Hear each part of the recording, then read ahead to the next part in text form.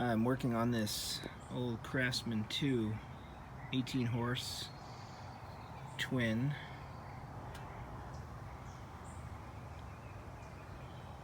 It's got a twin Briggs on it. I've already got this shield, this tin off, and this tin off. What happened is I had to lubricate that starter. This hadn't been running a long time. I got it for $100, this whole tractor. It cleaned up really nice. But that hadn't been used in a long time, so the starter was turning really slow.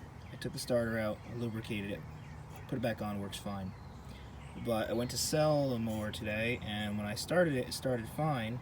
Drove it down to the trailer, shut it off, went to turn it back on, and the clip came out of the end of the shaft there, and all of the gear and the spring and everything came flying off and went down inside this tin, and I was able to fish it out, thankfully.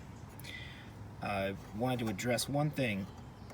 Redneck Computer Geek was working on one of these in one of his old videos and said that you have to take the belt guard, the pulley, the flywheel grill, and this tin and all that off to get to this starter.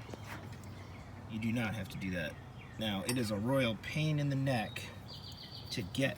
These are 2 1/2-inch bolts holding the starter on. It is a royal pain in the neck to get to this, to get it off. You don't get very much turn.